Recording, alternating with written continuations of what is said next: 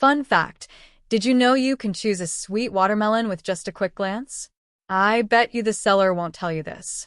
There are 7 small signs, tests really, that tell you exactly which watermelon in that pile is sweet before you ever pay a cent. And once you know them, you'll never gamble on a watermelon again. Hey, welcome to Farm Facts Daily. Please kindly subscribe to know more fun facts about plants. Today I'm teaching you all 7 tests. Grab a pen if you want to take notes, or just watch it twice. Let's start. Test 1. The field spot. I want you to turn the watermelon over right now in your mind, or if you have one in front of you, actually do it. Look at the underside, the spot where it sat on the ground while it was growing. That's called the field spot. That patch never saw sunlight, so its color tells you how long the melon actually ripened on the vine before it was picked. Here's what you're looking for: a creamy, buttery yellow, almost the color of butter itself. That's your sign the sugars had time to fully develop. Now here's what you're avoiding: white, or barely any color at all. That means it was pulled too early. If you only remember one test from this whole video, remember this one. Flip it over, check the spot. Buttery yellow, yes. White, no. Test 2. The weight. This one you need 2 melons for, so pick up a pair that look about the same size. Hold one in each hand and compare. A ripe watermelon is close to 90% water, and that water is what gives it weight.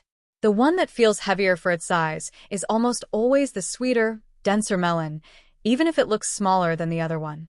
If it feels unusually light for how big it looks, put it down. It's likely dried out or underdeveloped. Do this every time you shop. 2 melons, 1 in each hand. Feel for the heavier one. That's the habit. Test 3. The sound. Cup one hand flat against the side of the melon to hold it steady. With your other hand, give it a firm knuckle thump, not a light pat, an actual thump like you're knocking on a door. Now listen. You're listening for one of 3 sounds. A deep, hollow sound, like knocking on a barrel with water in it.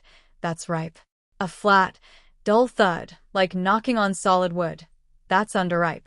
A soft, muffled thump, like knocking on a pillow. That's overripe. You want the hollow one right in the middle. Practice this on a few melons in the store, and your ear will pick it up fast. Test 4. The stem, and this one has a nickname you'll like. Look at the little dried nub on top, where the melon was cut from the vine. Some people call this the belly button. Here's what to check. If it's brown, dry, and shriveled, the plant had already finished feeding that melon and let it go naturally. That's what you want. If it's green, it was cut off the vine too early. Let me show you an example. This one here, brown, dry, shriveled right down to the nub, that's a melon that ripened fully before it was cut. This one's still green and a little fleshy at the stem. That one was pulled too early. Look at them side by side, and the difference is obvious. One thing to know, grocery stores often trim the stem short, so you won't always get this one there. But at a farm stand or farmer's market, check it every single time. Test 5. The give. Take your thumb and press it gently into the rind, right on the surface. Not hard, just firm. Here's what you're feeling for: a very slight softness, barely noticeable, almost like pressing into a ripe pear near the stem. That small give tells you the flesh underneath has softened into that juicy texture you want. Now compare that to the 2 things you don't want. Press into an unripe one, and it feels like a rock, no give at all. Press into an overripe one, and it feels almost mushy, too soft. You're training your thumb to find that narrow middle ground, not hard, not mushy, just a small give. Test 6. The shape. Step back and look at the whole melon. Is it evenly round, smooth curves all the way around? Or does it have a flat side, a lump, a lopsided bulge? Here's why I'm teaching you to check this. The shape is actually a record of how well the flower was pollinated. When bees visit a flower many times, evenly, the seeds develop evenly all around, and the melon grows symmetrical. When pollination was poor, maybe not enough bees, maybe bad weather during flowering, the seeds develop unevenly, and the melon grows lopsided. That uneven growth usually means uneven ripening too, one side sweet, the other side bland. So the lesson here is simple. Even shape, more likely evenly sweet. Test 7. The webbing, and this is my personal tiebreaker. Look closely at the skin. Sometimes you'll see fine, thread-like brown lines running across it, almost like a faint spiderweb. Some people call these sugar lines. What they actually are is scar marks left behind from where bees repeatedly touch the flower while pollinating it. Here's the rule. More webbing means more bee visits, which usually means more sugar. Heavy webbing, sweeter melon. Smooth, unmarked rind, fewer bee visits, less sugar. When I've got two melons that both check out on everything else, this is what decides it for me.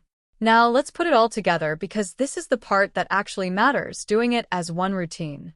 Turn it over, check for that buttery yellow field spot. Pick up two, feel for the heavier one.